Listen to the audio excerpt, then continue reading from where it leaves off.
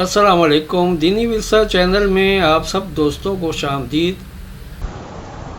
سرکار دو عالم صلی اللہ تعالی علیہ وسلم کی عمر مبارک 25 برس ہونے کو ہے۔ مفلسی اور ناداری کا عالم یہ ہے، کئی دنوں تک گھر میں آگ نہیں جلتی۔ ایک روز آپ کے چچا ابی طالب نے اپنے بھتیجے کے قریب آ کر کے یہ بات کہی کہ اے میرے بھتیجے، میرا دل یہ چاہتا ہے اگر آپ محسوس نہ کریں، کچھ محنت مزدوری کی طرف توجہ کر لیں تاکہ اللہ پاک ہماری روزی کا مسئلہ آسان فرما دیں۔ سرکار دو عالم صلی اللہ تعالی علیہ وسلم کی ذات اقدس ہے، عرض کی چچا جان آپ جو حکم فرمائیں گے میں اس کی تعمیل کروں گا، چونکہ آپ میرے ولی جو ہیں، جو بات آپ کا حکم ہوگا میں نبی اس پر عمل کروں گا۔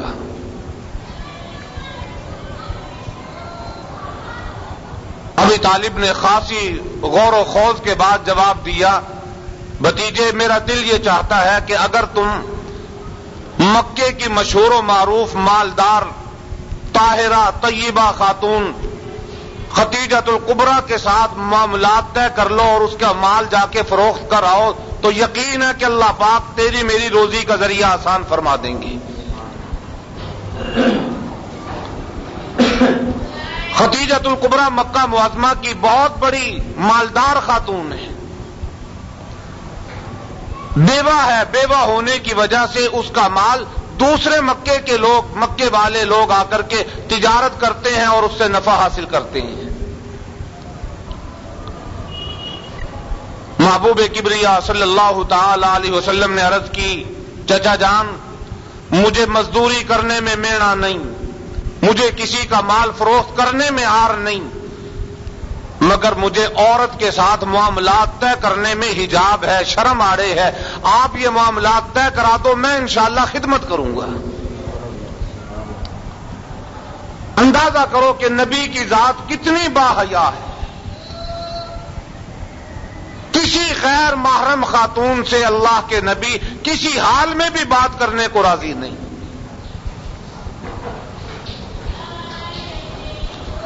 ابی طالب کی بہن ہے عاتقہ، انہوں نے کہا کہ چلو پریشان ہونے کی بات نہیں، میں جا کر کے خدیجۃ الکبریٰ کو کہتی ہوں معاملات طے ہو جائیں گے، چلو بڑی خوشی کی بات ہے کہ آمنہ کا یتیم کاروبار کرے، ہم سب کے دکھڑے دور ہو جائیں گے۔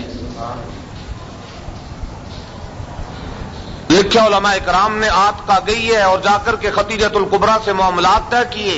خدیجۃ الکبریٰ نے اس بات کو بڑا پسند کیا کہ اگر آمنہ کا یتیم میرا مال لے کے جائے اور 2 پیسے نفع کے مل جائیں، میں کسی یتیم کی اور خدمت اگر کسی صورت میں نہیں، اس طریقے سے اگر کسی یتیم کی خدمت ہو جائے میرے لیے بہت بڑا یہ عظیم سرمایہ ہوگا۔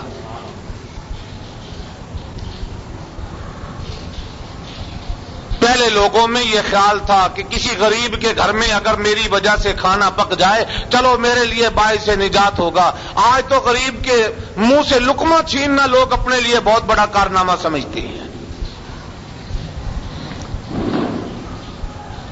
غریب پروری لوگوں کے دل و دماغ سے ہی اڑتی چلی گئی، غریب کے ساتھ بات کر کے راضی نہیں، غریب کو 2 پیسے دے کے راضی نہیں، غریب سے معاملات کر کے راضی نہیں، کیا پتا واپس دے گا بھی صحیح یا نہیں، کون اس کے پیچھے آئے گا۔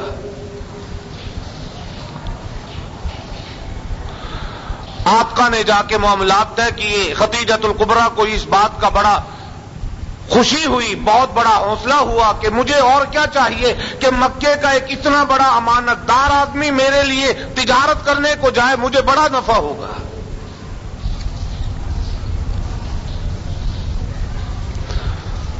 خدیجۃ الکبریٰ نے سارا سامان تیار کر دیا، معاملات طے ہو گئے، آمنہ کے در یتیم سامان لے کے چلے۔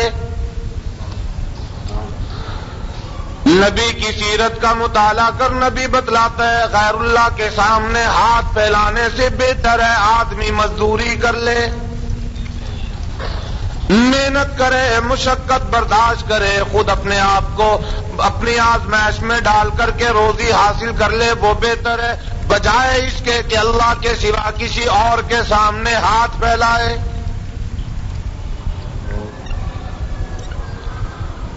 سرکار دو عالم صلی اللہ تعالی علیہ وسلم اونٹ پہ سامان لاتے ہوئے ہیں. مکہ معظمہ کے بہت سے لوگ تجارت کا سامان جمع کر کے سواریاں تیار کیے ہوئے مکہ معظمہ سے روانگی کا اہتمام کر رہے ہیں، تیاری کر رہے ہیں. ہر روانہ ہونے والے کو کسی کو اس کا ابا الوداع کہنے کو آ رہا ہے، کسی کو اس کی اماں الوداع کہنے کو آ رہی ہے، کسی کو اس کا بھائی الوداع کہنے کو آ رہا ہے، کسی کو بہن الوداع کہنے کو آ رہی ہے. آمنہ کے در یتیم حضرت محمد الرسول اللہ صلی اللہ تعالی علیہ وسلم تنے تنہا کھڑے ہیں. ابا سر پہ نہیں، اماں سر پہ نہیں، بہن نہیں، بھائی نہیں، کون مجھے روانہ کرنے آئے گا؟ ادھر آمنہ کے در یتیم کی یہ کیفیت دیکھتے ہی مکے والوں کی آنکھوں میں آنسو آ جاتے ہیں. اس در یتیم کا کوئی بھی اس وقت ساتھ ہاتھ رکھنے والا نہیں، اس در یتیم کو کوئی الوداع کہنے والا نہیں. مستورات کی آنکھوں میں آنسو آ گئے، قافلے میں چلنے والے جوانوں کی آنکھوں میں آنسو آ گئے، آپ کے چچا ابی طالب کی آنکھوں میں آنسو آ گئے، عاتقہ کی آنکھیں آنسو سے بھر آئی ہیں. خود امام الانبیاء حضرت محمد مصطفیٰ صلی اللہ تعالی علیہ وسلم کی ذات اقدس ہے، وہ بھی بشری تقاضے کے پیش نظر آپ دیدہ ہو گئے. آج کون ہے جو مجھے الوداع کہے گا؟ سرکار دو عالم صلی اللہ تعالی علیہ وسلم کی ذات اقدس ہے. خدیجۃ الکبریٰ نے اپنے خاص غلام کو قریب بلا لیا اور بلا کے ہدایات دینا شروع کر دی ہیں. اور میسرا دیکھنا، آمنہ کا در یتیم آج پہلی مرتبہ تجارت کے لیے گھر سے نکلا ہے. اسے تجارت کے ماحول کا پتہ نہیں، اسے معاملات طے کرنے کا انداز نہیں ہے. تم بڑے تجربہ کار ہو، مگر خیال کرنا تم نگرانی بھی کرنا، رہنمائی بھی کرنا، اور ایسا کرنا آمنہ کے در یتیم کو جو ہی قافلہ مکے سے روانہ ہو فوراً انہیں اونٹ پہ بٹھا دینا. یہ پیدل چل کے نہ جائیں، کیوں اس کا چہرہ بڑا سونا ہے، بڑا حسن والا ہے، اس کے چہرے پہ گرد و غبار نہ پڑ جائے. میرا حکم ہے، مہار تم پکڑنا، آمنہ کے یتیم کو اونٹ پہ بٹھانا.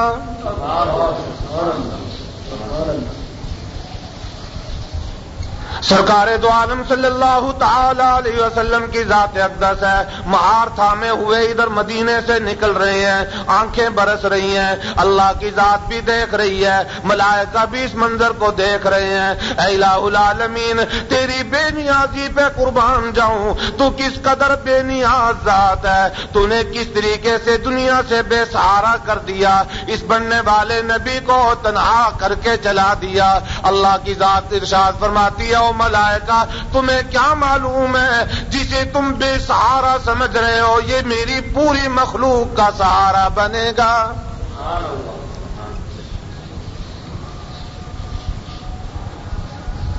نبی نے تعلیم دی ہے کہ جب تم پہ کوئی تنگ دستی کا وقت آ جائے، غربت اور مفلسی آ جائے، گھبرانا نہیں، نوحہ نہیں کرنا، چیخنا چلانا نہیں، اللہ کی نافرمانی نہ کرنا، اللہ کے حضور شکوے نہ کرنا، بلکہ خود چل کے مزدوری کر لینا. مزدوری کرنا بھی آمنہ کے در یتیم کی سنت بن گئی.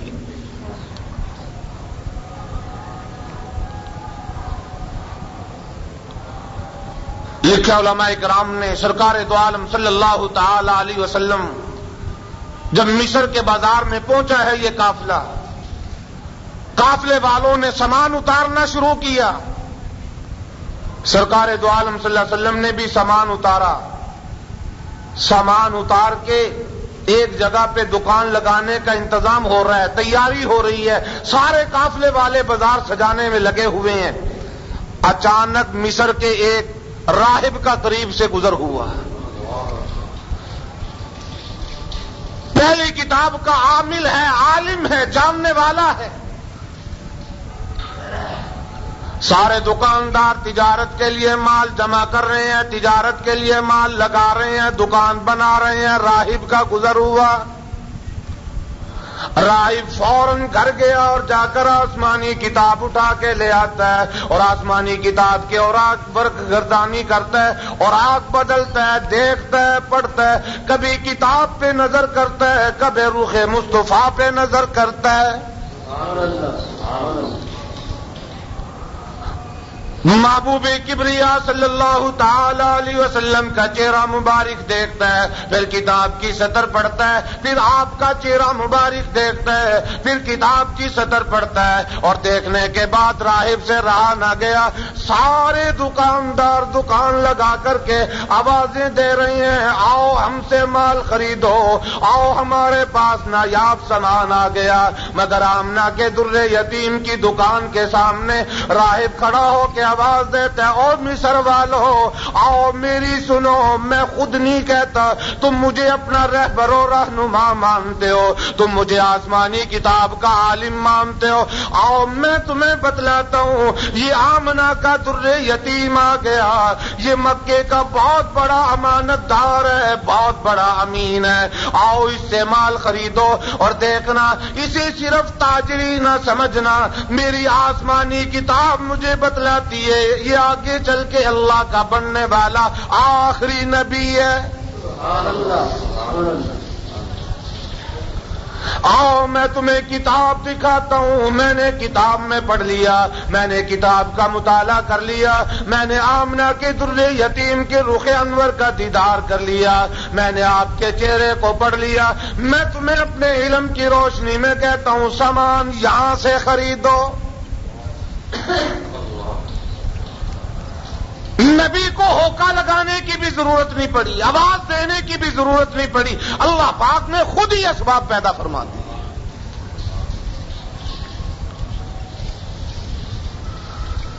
لکھے علماء کرام نے، ابھی مکے کے تاجر دکانیں بنانے میں ہی لگے ہوئے تھے، سامان سجانے میں ہی مصروف تھے، ادھر آمنہ کے در یتیم کا لایا ہوا سارا مال ہاتھوں ہاتھ فروخت ہو گیا، سارا مال بک گیا۔ اور سامان تجارت فروخت کرنے کے بعد جب قافلہ واپس آیا ہے، آمنہ کے در یتیم صلی اللہ تعالی علیہ وسلم اونٹ پہ سوار ہے، میسرا مہار پکڑے ہوئے مکہ معظمہ کی طرف قدم بڑھا رہا ہے، جلدی سے پہنچوں اور جا کر میں اپنی مالکہ کو خبر دوں کہ تو نے آج ایسے امین سے سودا کیا کہ جس کی تجارت کا پورے عالم میں ڈنکا بج گیا۔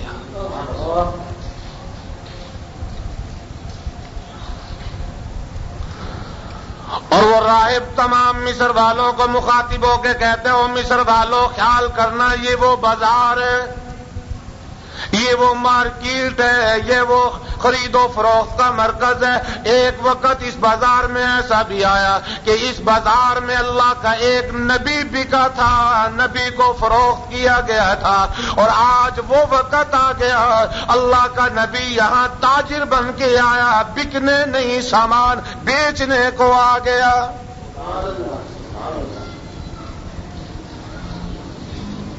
ایک وقت وہ تھا کہ یوسف علیہ الصلوۃ والسلام کا سودا ہوا تھا مصر کے بازار میں، بولی لگی تھی، اللہ کا نبی بکا تھا، اور آج اللہ کا نبی بکنے نہیں سامان بیچنے کو آیا ہوا ہے۔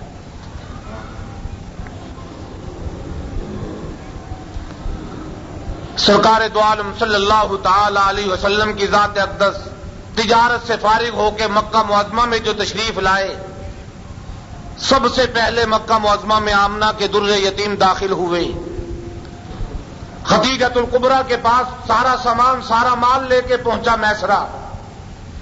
خدیجۃ الکبریٰ جو بہت بڑی مالدار خاتون تھی، تجارت کی بہت بڑی مہارت رکھنے والی عورت تھی، مال کا نفع دیکھ کے کہنے لگی، آج تک مجھے میری زندگی میں کبھی کوئی ایسا آدمی نہیں ملا جس نے اتنا مجھے نفع لا کے دیا ہو، اس امین نے تو امانت داری کا حق ہی ادا کر دیا۔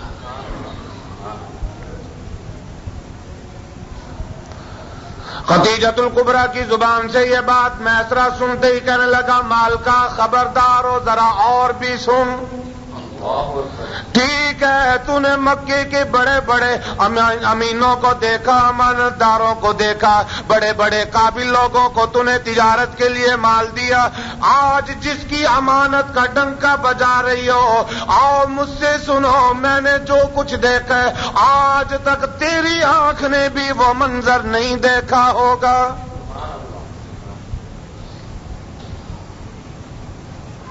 عورت ذات بڑی چالاک ہوتی ہے، اور جب 2 پیسے آ جائیں پھر اس کی چلاکی اور فراست اور بھی آگے کی طرف بڑھ جاتی ہے۔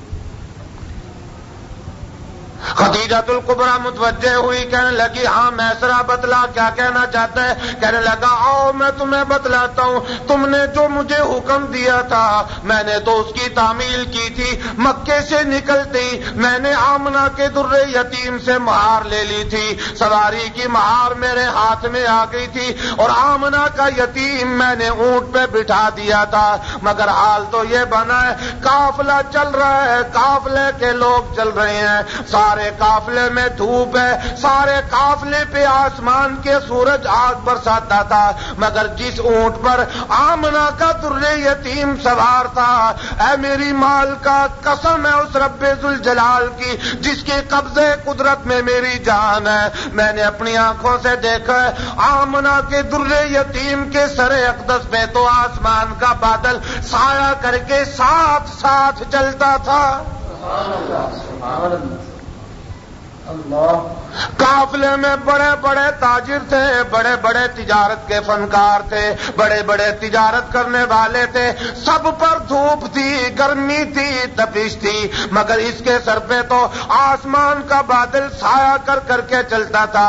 اگر میں اونٹ کی مہار لے کر دائیں طرف مڑتا تھا سایہ دائیں طرف ہو جایا کرتا تھا، اگر میں بائیں طرف ہوتا تھا سایہ بائیں طرف ڈھل جایا کرتا تھا۔ اور آؤ میں تمہیں بتلا دوں، سارے قافلے والوں نے سامان بیچنے کے لیے ہو کے دیے ہیں، سب نے آواز لگائی ہے، سب نے اعلان کیا، شور و غوغا کیا، مگر قسم ہے رب ذوالجلال کی آمنہ کے در یتیم نے تو ایک لفظ بھی نہیں زبان سے کہا، ہاتھوں ہاتھ اللہ نے مدد فرما دی، سارا سودا بک گیا۔ اور اے میری مال کا، آؤ میں تمہاری نمک حرامی نہیں کرنا چاہتا، میں نے تمہارے گھر سے نمک کھایا ہوا ہے، میں تمہیں ساری حقیقت بتلا دینا چاہتا ہوں، میں نمک حرامی نہیں کروں گا، میں تمہیں پوری طرح سے اس پورے سفر کی داستان بیان کروں گا۔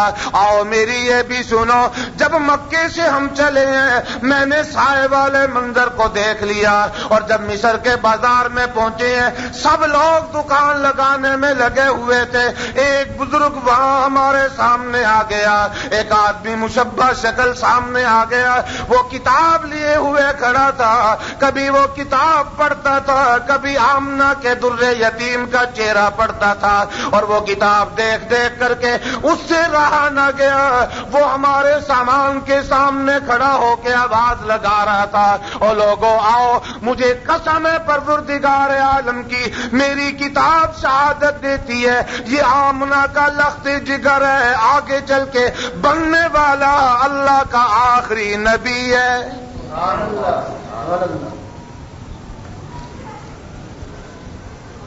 خدیجہ میں نے پوری زندگی میں یہ منظر نہیں دیکھا، ایسا تاجر نہیں دیکھا، ایسی تجارت نہیں دیکھی، لوگ سامان لگانے میں لگے ہوئے ہیں اور ہمارا تو سارا سامان ہی بک گیا۔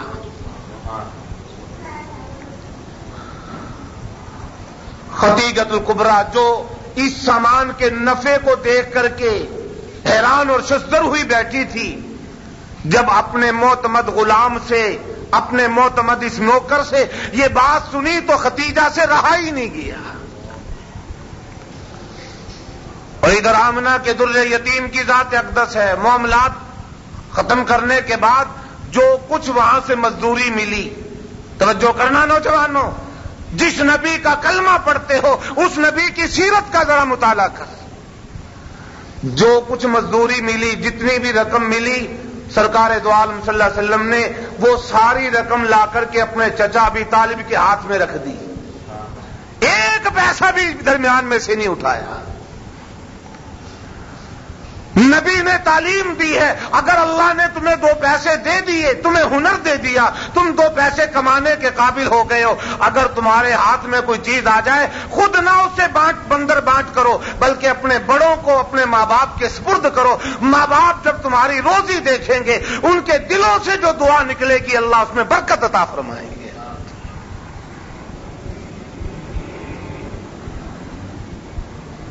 نبی کی سیرت کا ایک ایک لمحہ قابل تقلید ہے، قابل اطاعت ہے۔ ابی طالب نے جب یہ پیسے دیکھے خوش ہوا، دل باغ باغ ہو گیا، اللہ کا شکر ادا کیا، الحمدللہ اللہ نے روزی کا انتظام کر دیا، رب تعالیٰ نے ہمارے اس اجڑے ہوئے گھر کو بسا دیا، ہمارے گھر میں چولہا نہیں جلتا تھا، آج اللہ نے روزی کا انتظام کر دیا، ہم روٹی پیٹ بھر کے کھا سکیں گے۔ ادھر ابو طالب کو یہ خوشی ہوئی، کچھ ہی دن گزرے، خدیجۃ الکبریٰ نے ایک خاتون کو بھیجا پیغام دے کر کے اور کہا کہ جاؤ آمنہ کے در یتیم سے جا کے میرا سلام بھی کہو اور میری طرف سے پیغام دے دو کہ میں چاہتی ہوں اگر آپ قبول فرما لیں مجھ سے آپ نکاح کر لیں۔ اللہ اللہ، ذرا دل پہ ہاتھ رکھ کے دیکھ، یہ کوئی عام خاتون نہیں اور جس کو دعوت دے رہی ہے یہ کوئی عام آدمی نہیں۔ خدیجہ سمجھ گئی کہ میرے غلام نے جو مجھے پیغام دیا ہے نا، جو راہب نے خوشخبری دی ہے، یقیناً اس شخص میں وہ کمالات پائے جاتے ہیں، اور میرا نصیبہ اگر میں اس کی بیوی بن جاؤں مجھے اس سے بڑی اور کیا سعادت نصیب ہوگی۔ محبوب کبریا صلی اللہ تعالی علیہ وسلم کی خدمت عالیہ میں جب یہ پیغام پہنچا، نوجوانوں خیال کرنا، اللہ کے نبی نے فوراً یوں نہیں کہہ دیا کہ ٹھیک ہے جاؤ جا کے کہہ دو میں نے قبول کیا، فوراً کہنے لگے بات سنو، تم نے پیغام دیا، میرے ابھی متولی موجود ہیں، میرے ولی موجود ہیں، میرا چچا بھی طالب موجود ہے، میں اپنے چچا کو جا کے بتلاؤں گا، میرا چچا اگر راضی ہوگا پھر مسئلہ طے ہوگا۔ کچہریوں میں جا کر استحام لکھ کر کے اپنی مرضی سے شادی کرنے والوں، اور نبی کی سیرت یہ ہے جب تک ماں باپ زندہ ہو خود فیصلہ نہ کیا کرو، ماں باپ کی آبرو پہ بٹا نہ مارا کرو۔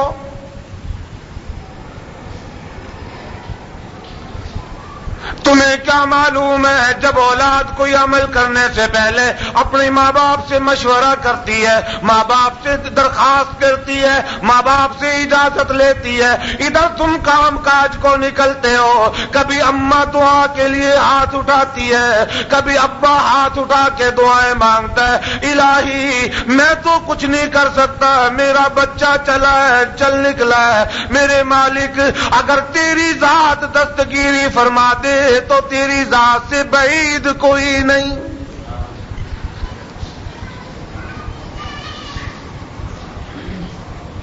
آج بدبختی سے ایسا وقت آ گیا بوڑھے ماں باپ کو کانوں کان خبر نہیں، جوان بیٹا بیٹی کچہری میں جا کے خود ہی رشتے طے کر کے آ جاتے ہیں،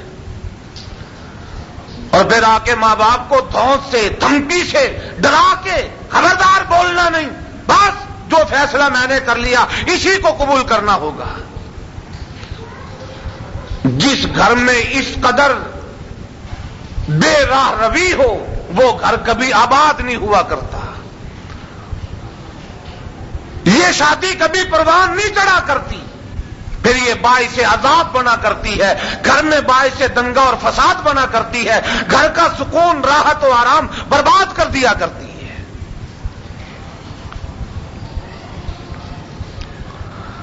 سرکار دو عالم صلی اللہ تعالی علیہ وسلم نے جا کر کے اپنے چچا ابی طالب کو عرض کیا، چچا جان اس انداز میں اس صورت میں ایسے ایسے مجھے خدیجۃ الکبریٰ کی طرف سے یہ پیغام ملا ہے، اور میں نے ان کو کوئی جواب نہیں دیا، جواب بھی آپ نے دینا ہے، چونکہ آپ میرے ولی ہیں، میرے بڑے ہیں، جو فیصلہ آپ کا ہوگا میں اسی کی پابندی کروں گا۔ سرکار دو عالم صلی اللہ تعالی علیہ وسلم کا یہ حکم دینا، یہ اعلان کرنا، آپ کا یہ معاملہ اپنے چچا کو پیش کرنا امت کے لیے مشعل راہ ہے، اور امت کے جوانوں اپنی تقدیر کے فیصلے خود نہ کیا کرو، جب تک بوڑھے ماں باپ زندہ ہیں ان کی رہنمائی میں چلا کرو، اللہ کی مدد آئے گی۔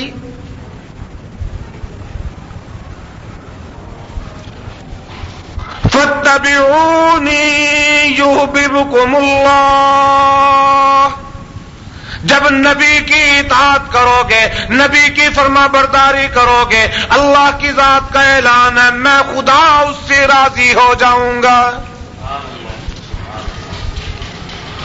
اللہ کی رضا محبوب کبریا کی اطاعت اور غلامی میں مضمر ہے۔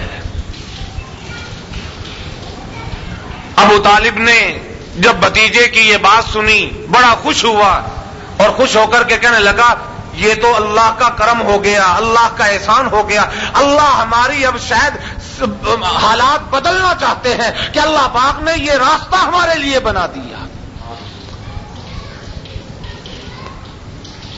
خدیجۃ الکبریٰ کے ساتھ سرکار دو عالم صلی اللہ تعالی علیہ وسلم کا عقد مبارک، نبی پاک کی عمر 40 برس کی ہے، خدیجۃ الکبریٰ کی عمر 40 برس کی ہے، اور پہلے 2 خامدوں سے وہ بیوہ ہو چکی ہیں۔ محبوب کبریا کی پہلی شادی 25 برس کی عمر میں ہوئی۔ خدیجۃ الکبریٰ کی عمر 40 برس کی ہے۔ اللہ کے نبی کا پہلا عقد ہوا، شادی ہوئی۔ پتہ چلا کہ شادی کرنا بھی نبی کی سنت ہے، اور اولاد کی شادی کرنا والدین کے ذمے ہوا کرتا ہے۔ یہ بات ویسے لگے گی تو بڑی اوکھی آپ کو، کیونکہ آپ کے ہاں تو رواج یہ ہے کہ لڑکا خود کمائے، کما کے سونا بنائے، مکان بنائے، پھر اس کی شادی ہوگی، اور پھر سوچتے یہ ہو کہ جناب یہ لڑکا میرے تابع دار بن کے رہے۔ کیسے تابع دار بنے گا؟ جس نے اپنا خرچہ ہی خود اٹھایا ہے، تیری محبت اس کے دل میں کیسے آئے گی؟ جوان اولاد کی شادی کرنا ماں باپ کے ذمے ہے، اور اولاد کے ذمے یہ ہے کہ جو ماں باپ کر دیں سر تسلیم کر کے سر جھکا کے کھڑا ہو جائے۔ اللہ کی طرف سے اسی میں خیر و برکت ہوگی۔ آج میں اور آپ ہم سب نبی کے غلام ہیں، ہم سب نبی کے سچے پیروکار ہیں، نبی کے سچے حبدار ہیں، مگر کریں گے سب اپنی مرضی کی۔ بیاہ شادی ہے تو اس میں بھی ہم نے نبی پاک صلی اللہ علیہ وسلم کی سیرت کو نہیں دیکھنا، اس موقع پہ بھی نہیں سوچنا کہ اللہ کے نبی کے کیا اعمال تھے، نبی پاک صلی اللہ علیہ وسلم نے کیا انداز اپنایا ہے، اس میں بھی ہم نے اپنی منمانی کرنی ہے۔ اور جب کوئی مصیبت آ جائے، پریشانی آ جائے، پھر کہتے ہیں ہم نے تو سنت سمجھ کے کر لیا تھا، ہمیں کیا پتا تھا کہ یہ عذاب گل پڑنا ہے، پھر سنت کو بدنام کرنا ہے۔ جوان اولاد ہو جائے، جوان بیٹی ہو جائے، بیٹا ہو جائے، جوان بچی کو گھر میں بٹھائے بیٹھے ہیں، گھر میں رکھے ہوئے ہیں، کوئی اچھا مالدار ملے گا، کوئی بینک بیلنس والا آئے گا، کوئی بہت بڑا کوئی سرکاری ملازم آئے گا، پھر رشتہ دوں گا۔ تجھے کیا معلوم ہے کہ جس کو تو مالک سمجھ رہا ہے، مالدار سمجھ رہا ہے، وہ ادھر آتے ہی کنگال بینک کا مینیجر بن کے بیٹھ جائے، بھوکا ہو جائے، کیا تو پھر بھی اسے روزی دے گا؟ رزق کا نظام تو وحدہ لا شریک کے قبضے قدرت میں ہے۔ نہ مستورات نے نبی کی سیرت کو سمجھا، نہ مردوں نے سمجھا، اور جن مستورات نے سمجھا ان کی سیرت ہی کچھ اور ہے۔ محبوب کبریا حضرت محمد مصطفیٰ صلی اللہ تعالی علیہ وسلم تشریف فرمائے، ایک صحابی ہیں، آپ نے اسے قریب بلا کے پوچھ لیا، فرمایا یہ بتلا تیری شادی ہوئی ہے؟ جواب میں عرض کی، اے اللہ کے نبی میرا والد تو جہاد میں شہید ہو گیا، میری والدہ فوت ہو گئی، میری شادی کون کرے گا؟ میں کس سے امید رکھوں کہ میرا گھر بسے گا؟ اللہ اللہ، نبی رحمت والی ذات ہے، رحمت للعالمین ذات ہے، سرکار دو عالم صلی اللہ تعالی علیہ وسلم کی ذات اقدس ہے۔ فرمایا نوجوان رونا، پریشان نہ ہو، غم زدہ نہ ہو، جس کا جہان میں کوئی نہیں، میں محمد اس کا وارث ہوں۔ آپ صلی اللہ علیہ وسلم کی ذات اقدس ہے، فرمایا جاؤ میرے فلاں صحابی کے دروازے پہ چلے جاؤ اور جا کر انہیں میرا پیغام دے دو، مجھے محمد الرسول اللہ نے بھیجا ہے، تمہارے ہاں جوان بچی موجود ہے، میں تم سے رشتے کا سائل بن کے آیا ہوں، سوال کرنا چاہتا ہوں۔ سرکار دو عالم صلی اللہ علیہ وسلم کے حکم پر صحابی رسول تشریف لے جاتے ہیں اور جا کر اس کے دروازے پہ دستک دیتے ہیں۔ دستک دیتی صحابی باہر تشریف لائے اور آ کر کے دیکھا کون ہے، جواب میں بتلا دیا گیا میں آیا نہیں بھیجا گیا ہوں، اللہ کے محبوب پیغمبر نے مجھے بھیجا ہے اور میں اس غرض سے آیا ہوں، مجھے پتا چلا ہے تیرے گھر میں جوان بچی موجود ہے۔ اللہ کے نبی نے فرما دیا میں تیرا کفیل ہوں، میں تیرا سر پہ ہاتھ رکھنے والا ہوں، میں نبی کے فرمانے پہ تیرے سامنے سائل بن کے آیا ہوں۔ نوجوان اس صحابی کو دیکھ رہے اور صحابی کی نظر میں اچانک دل میں خیال آ گیا میری بچی تو حسین ہے، خوبصورت ہے، وہ آنے والے تو سیاہ فام ہے، تو غریب ہے، مفلس ہے، تیری میری کیسے نبھے گی؟ اندر سے بچی نے جب یہ ساری گفتگو سنی ہے آواز دے کے کہتی ہے ابا جان اس کے چہرے کو نہ دیکھ، اس کے گھر کو نہ دیکھ، اس کی ذرائع آمدنی کو نہ دیکھ، میں تو تجھے یہ کہنا چاہتی ہوں اس کو دیکھ جس ذات نے اسے بھیجا ہے، رحمت والی ذات نے بھیجا ہے، اللہ مجھ پر بھی رحمت کر دے گا۔ یہ ہے نبی کی غلامی۔ مستورات نے بھی نبی کی غلامی کا حق ادا کیا اور حضرات صحابہ کرام نے بھی نبی کی غلامی کا حق ادا کیا۔ آج ہم نبی کے غلام تو ہیں، بچیوں کی رخصتی کے وقت میں سب کچھ دیا جاتا ہے، پیسے ادھارے لے کے جہیز بنایا جاتا ہے، پیسے مانگ تانگ کے اس کو پورا کیا جاتا ہے، تیرے گھر سے جانے والی بیٹی سب کچھ لے کے چلی ہے لیکن اللہ کا قرآن گھر میں رکھا ہوا ہے۔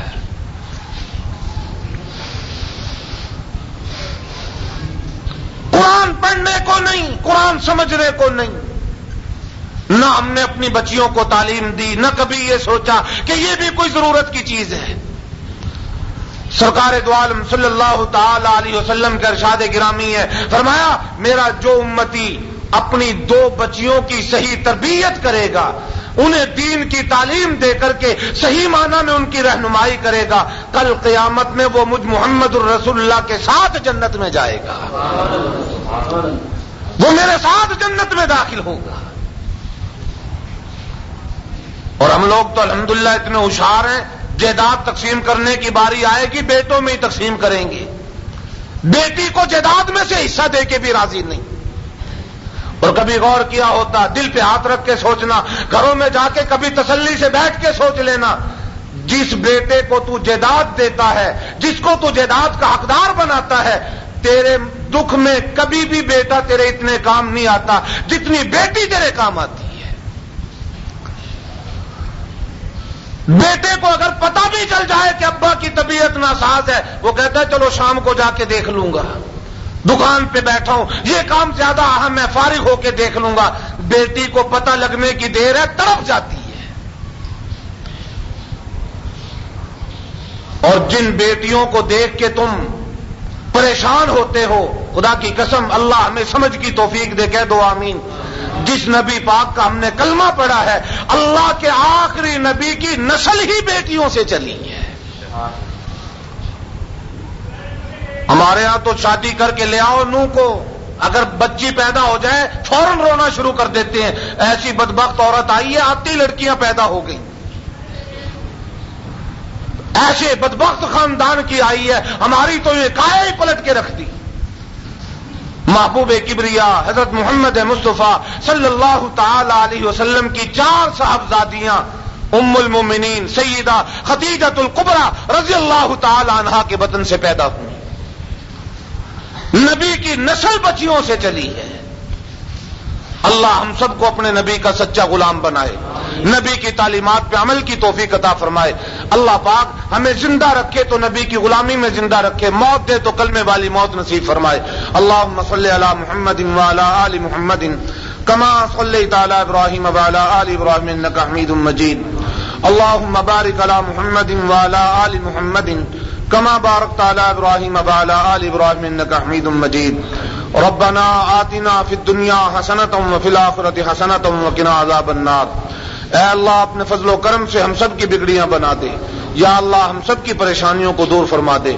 یا اللہ دنیا آخرت کی جملہ حاجات کو اپنی شایع نشان اپنے خزانوں سے عطا فرما دے. اے اللہ بے اولادوں کو نیک صالح اولاد عطا فرما. یا اللہ جن کی اولاد ہے اس اولاد کو تابع فرمان بنا. ماں باپ کی آنکھوں کا ٹھنڈک بنا. اے الہ العالمین بچے بچیوں کے لیے نیک رشتوں کا انتظام فرما. یا اللہ ان کے گھر کی آبادی کا سما اور ذریعہ فرما. اے الہ العالمین تمام بے نمازیوں کو نمازی بنا. یا اللہ نمازیوں کی نمازوں کو قبول و منظور فرما. الہی ہم میں سے جتنے مسلمان مرد و زن ہم سے پہلے قبروں میں جا چکے یا اللہ سب کی قبروں کو باغ بہشت بنا. اے اللہ جب تک ہمیں زندہ رکھنا مقصود ہو دین ایمان پہ زندہ رکھ. اے اللہ جب موت آئے تو ہم سب کو کلمہ طیبہ نصیب فرما. ربنا تقبل منا انک انت السمیع العلیم وتب علینا انک انت التواب الرحیم. صلی اللہ تعالی علیہ وعلی آلہ وصحبہ اجمعین برحمتک. آپ سب دوستوں سے گزارش ہے کہ ہمارے اس چینل کے ساتھ اسی طرح جڑے رہیں اور ان علماء کرام کے بیانات کو آگے بھی شیئر کرتے رہیں. آپ سب دوستوں کا بہت شکریہ. ملتے ہیں ایک نئی ویڈیو کے ساتھ. تب تک کے لیے اللہ حافظ. پاکستان پائندہ باد.